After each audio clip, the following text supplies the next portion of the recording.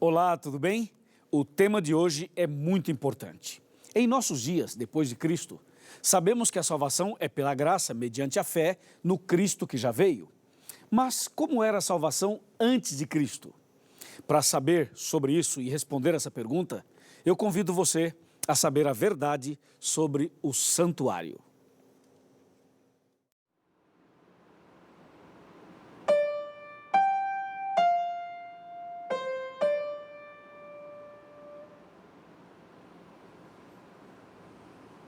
Símbolos.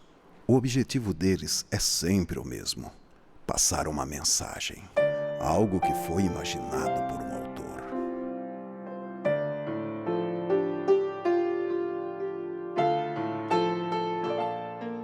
Mas para entender a mensagem, é preciso entender os símbolos e o que eles querem dizer. Se os símbolos não são compreendidos, o simbolismo não passa de um indecifrável mistério. Compreender os símbolos é o único jeito de entender por completo a mensagem do autor.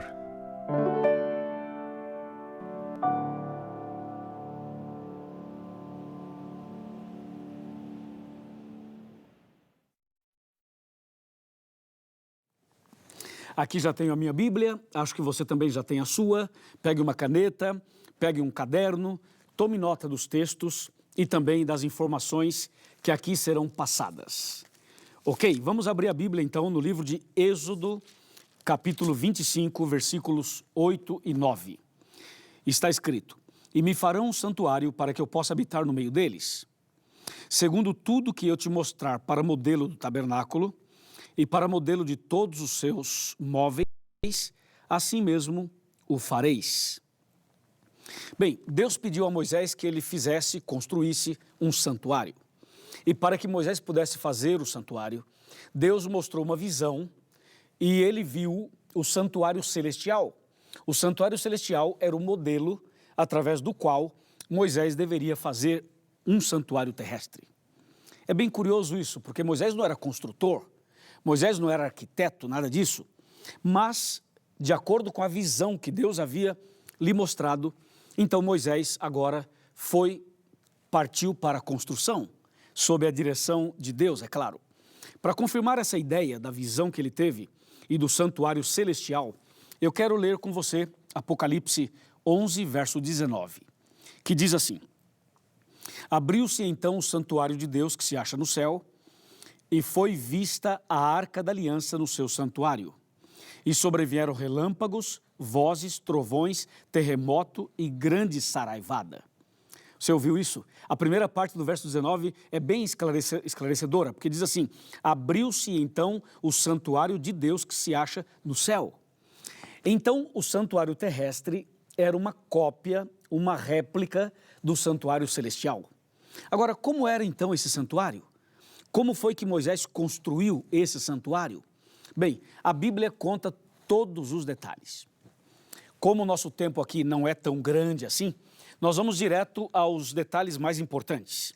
Por exemplo, o livro de Hebreus, ele conta, no capítulo 9, os detalhes da construção e das mobílias do santuário. Logo de início, eu quero te dizer que o santuário tinha dois compartimentos, o lugar santo e o lugar santíssimo. Mas, antes do lugar santo, havia um outro ambiente conhecido como pátio ou átrio. E tanto no pátio, quanto no lugar santo, quanto no lugar santíssimo, ali tinha alguns objetos interessantes. É isso que eu vou ler agora e vou explicar a você. Bom, abra a Bíblia comigo, por favor, em Hebreus 9, a partir do versículo 1. Olha que interessante essa leitura.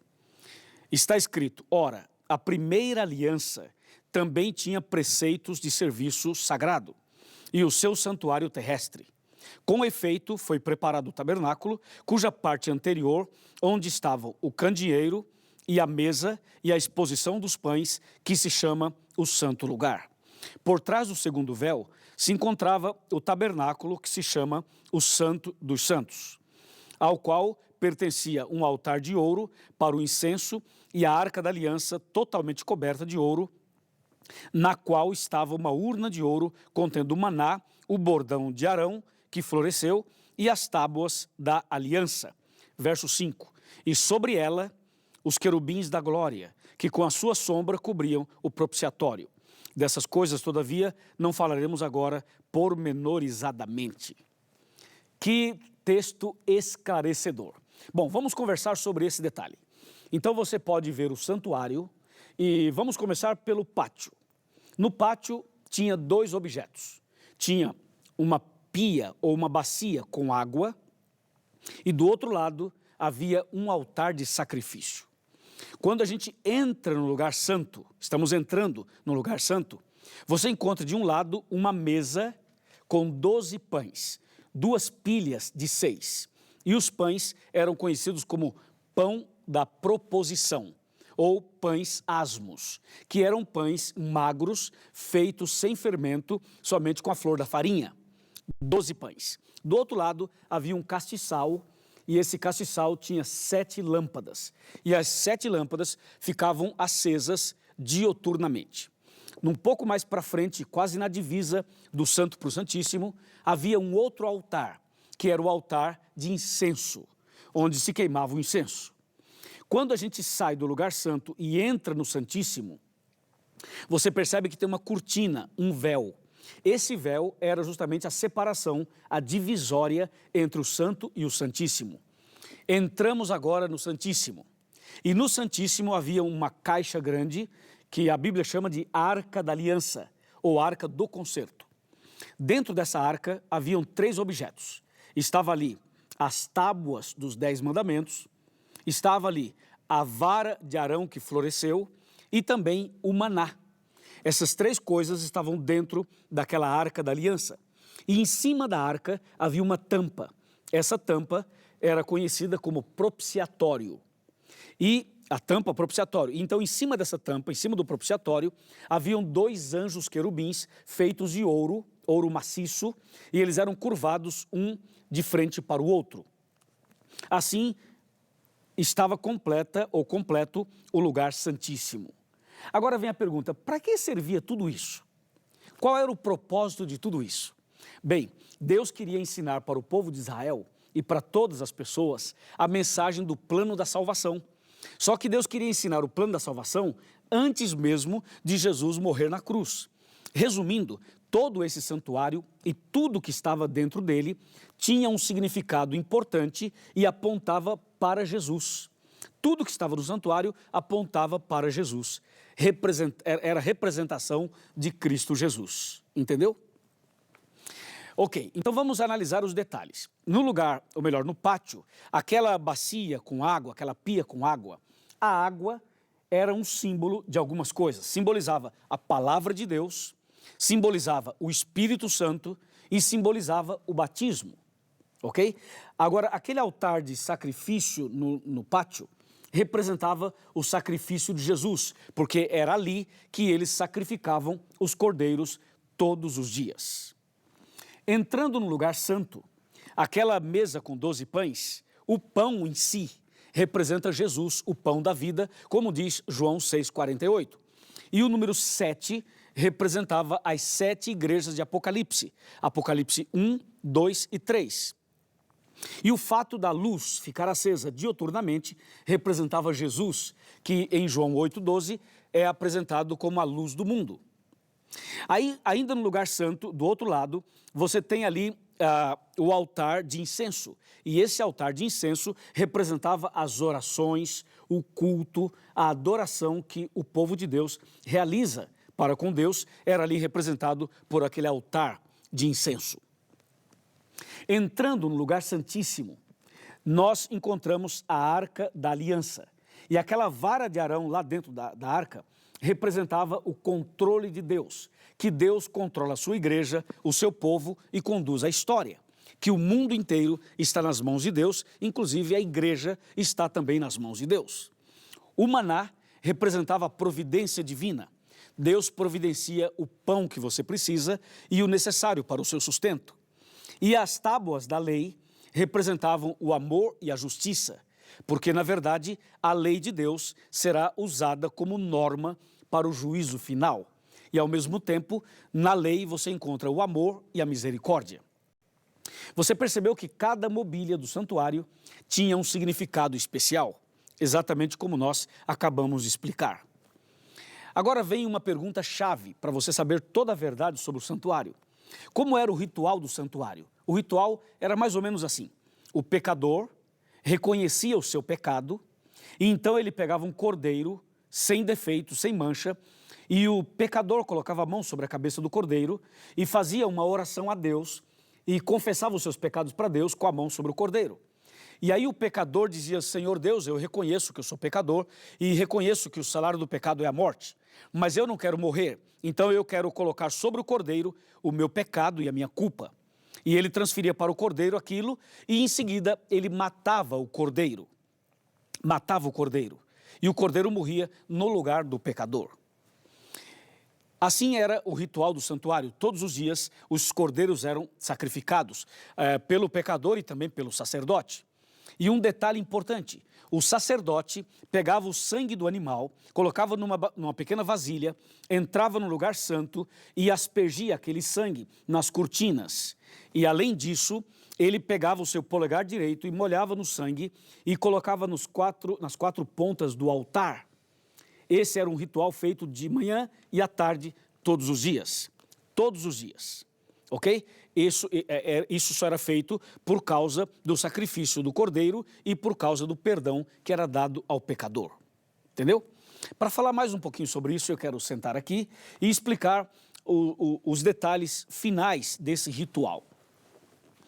Ok, você já está sentado aí, por favor, então agora presta bem atenção. No lugar santo, somente entrava o sacerdote, 2 vezes por dia. Mas no lugar santíssimo, somente entrava o sumo sacerdote, sozinho, 1 vez no ano.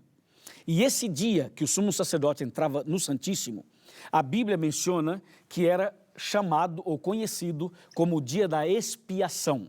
Era o dia em que o sumo sacerdote apresentava para Deus os pecados e as confissões, os arrependimentos do povo durante o ano inteiro.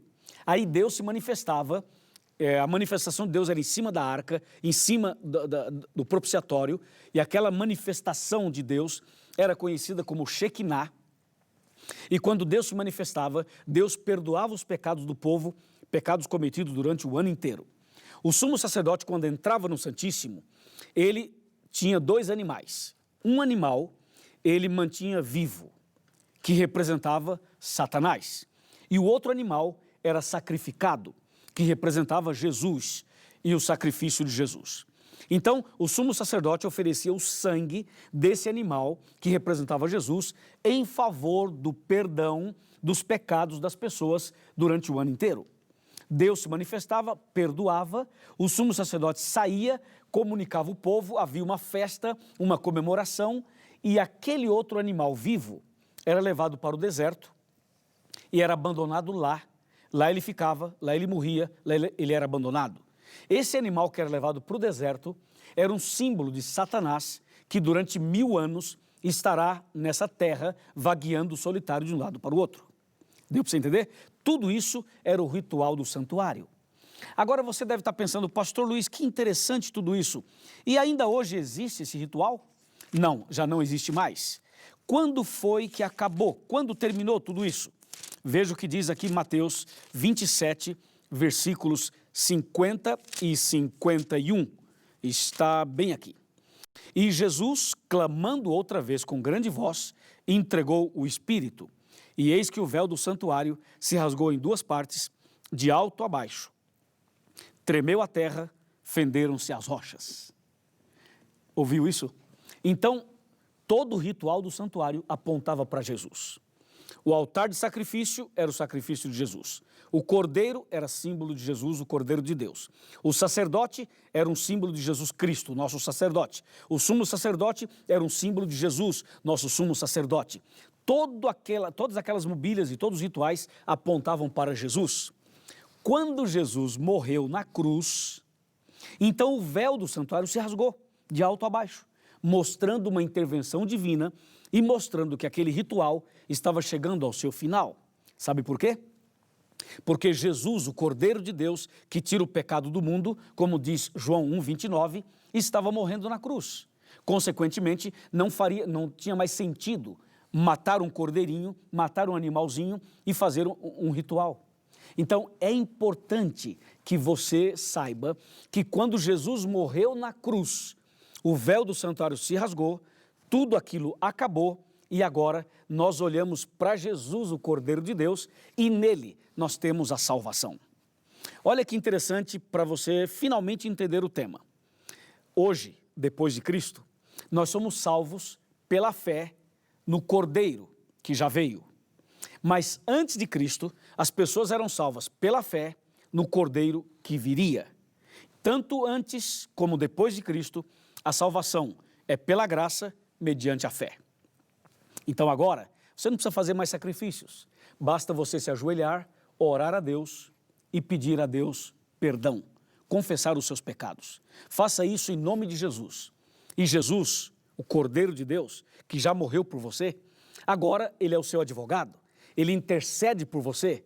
Não precisa de sangue de animal, porque o sangue dele já foi derramado.